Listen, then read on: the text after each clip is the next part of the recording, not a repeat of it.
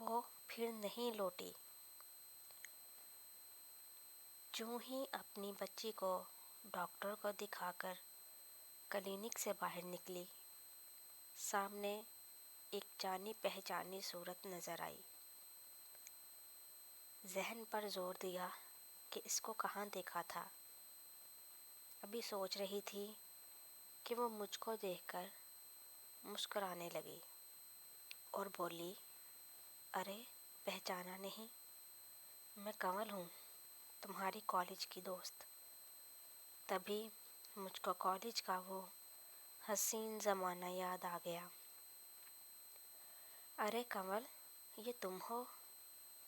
یہ کہتے ہوئے میں اس کے گلے لگ گئی۔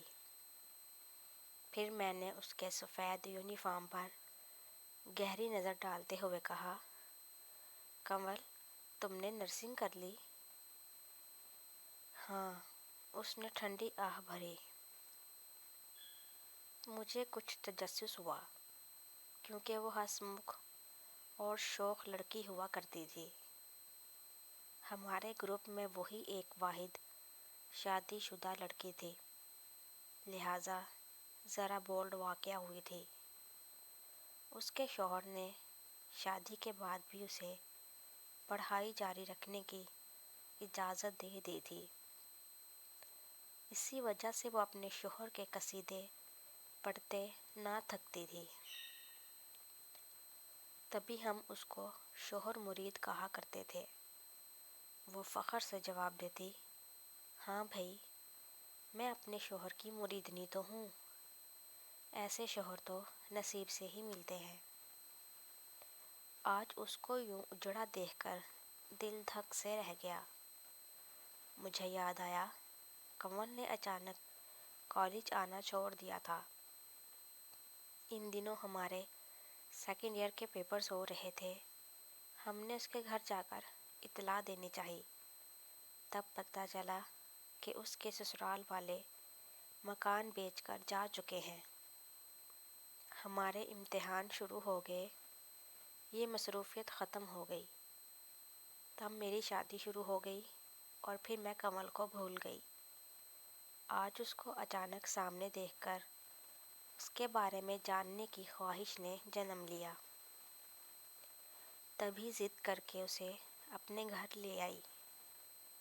چائے وغیرہ سے تواضع کرتے ہوئے میں نے وہ تمام سوالات کر دیے جو کنول کی اجڑی ہوئی صورت دیکھ کر میرے دماغ میں آئے تھے۔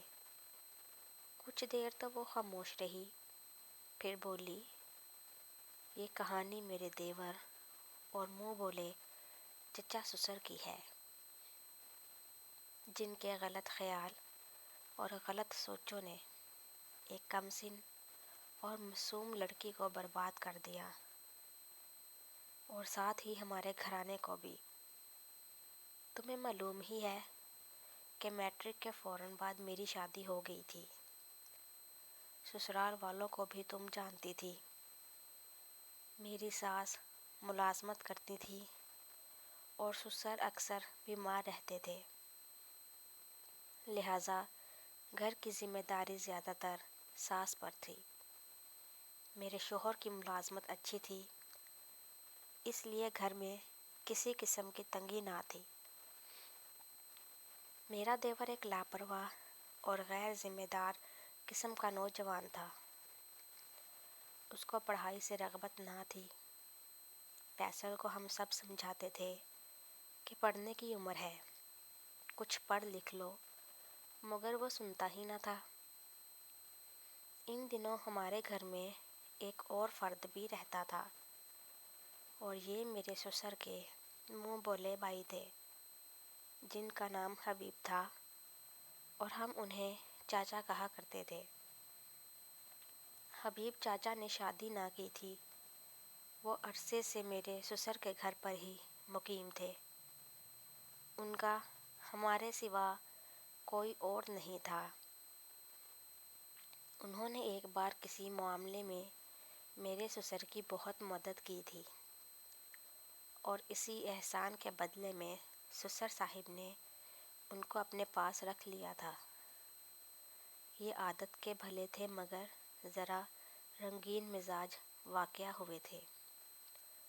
صنف نازک سے بات کر کے خوش ہوتے تھے۔ میرے دیور فیصل کا زیادہ تر وقت چچا کے ساتھ ہی گزرتا تھا اور وہ ان کی صحبت میں بگڑتا جاتا تھا۔